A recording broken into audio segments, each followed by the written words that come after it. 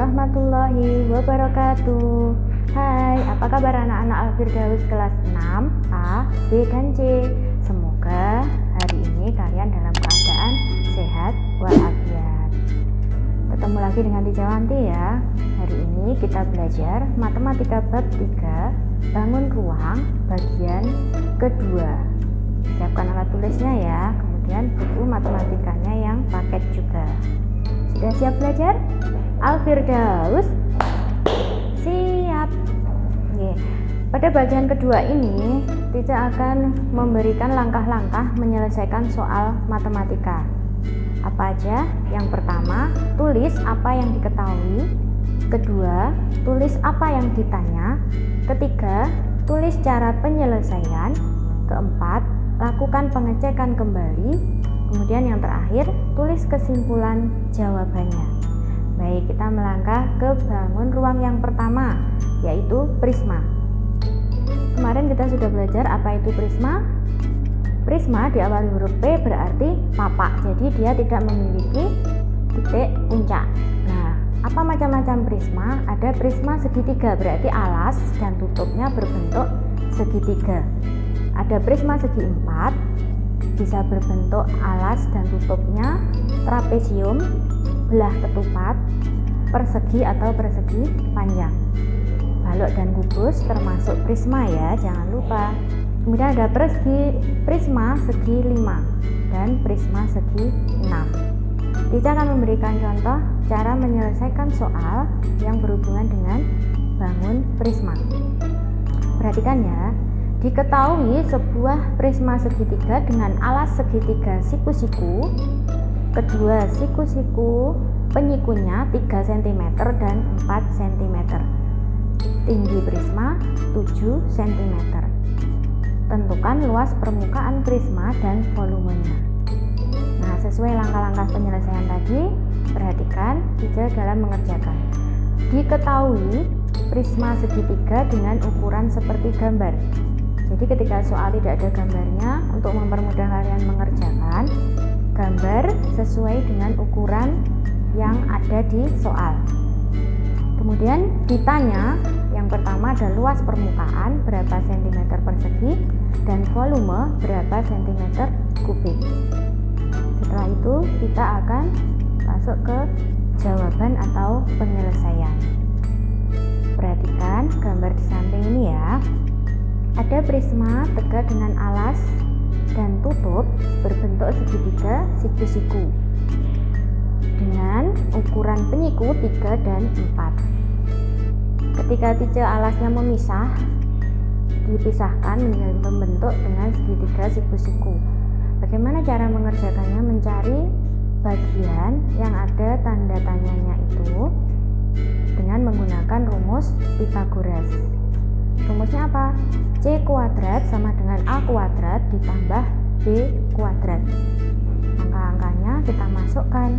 Yang A ada berapa? 3 pangkat 2 atau 3 kuadrat ditambah 4 kuadrat sama dengan 9 ditambah 16, hasilnya 25.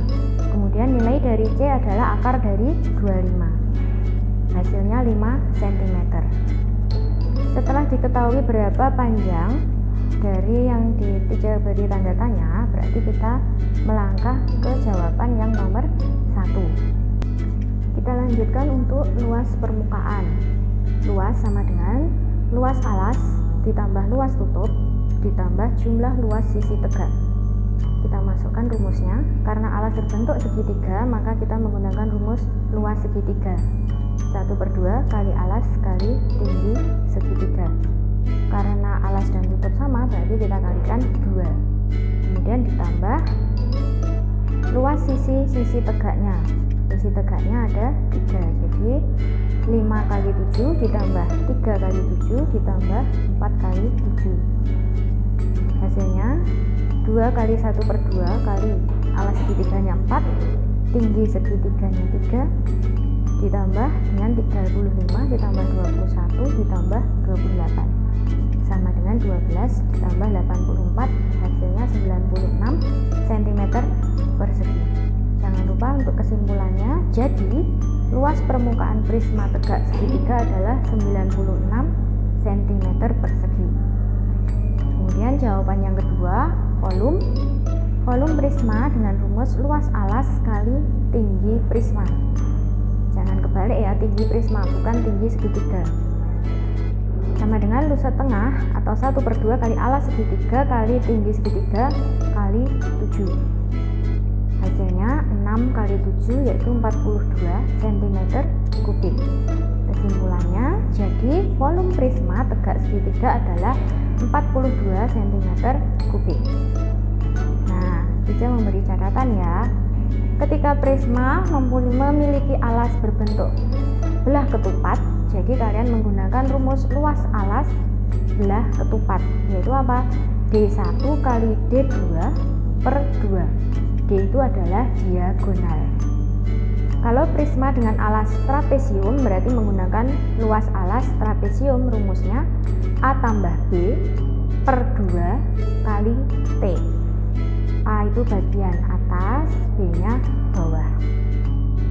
Kita lanjut, bangun ruang yang kedua yaitu tabung. Contohnya tabung apa? Masih ingat?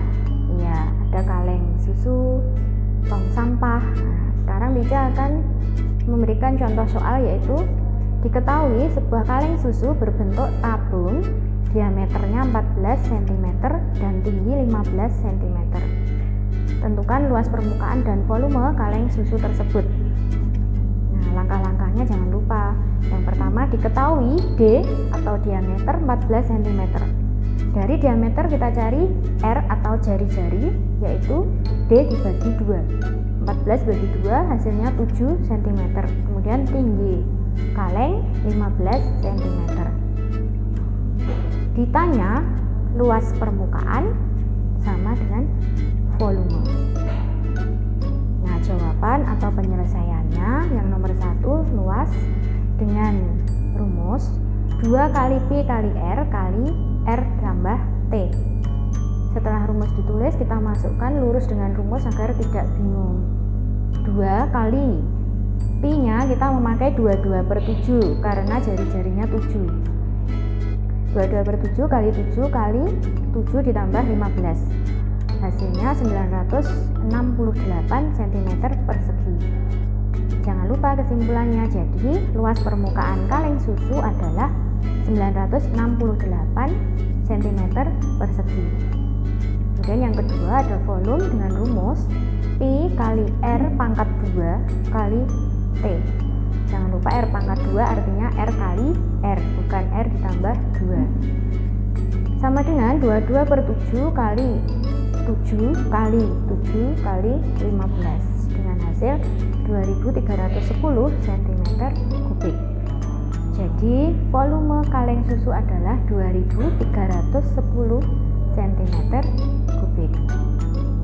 Nah, untuk catatan lagi, ketika ada soal untuk menentukan luas permukaan tabung yang tidak memiliki tutup, memakai rumus Pi kali R kali R ditambah 2T. Nah, pelajaran hari ini menarik bukan? Tentang bangun ruang, prisma, dan tabung. Bagaimana menyelesaikan masalah yang berkaitan dengan bangun ruang. Untuk tugas kali ini jangan lupa ya, kerjakan tugas ini, kemudian difoto, diunggah di Google Drive kalian. Tetap semangat belajar walaupun hanya di rumah. Selalu patuhi protokol kesehatan dengan sering-sering mencuci tangan dengan sabun, kemudian jaga jarak dan memakai masker jika keluar. Kita akhiri ya pelajaran hari ini. Wassalamualaikum warahmatullahi wabarakatuh. See you.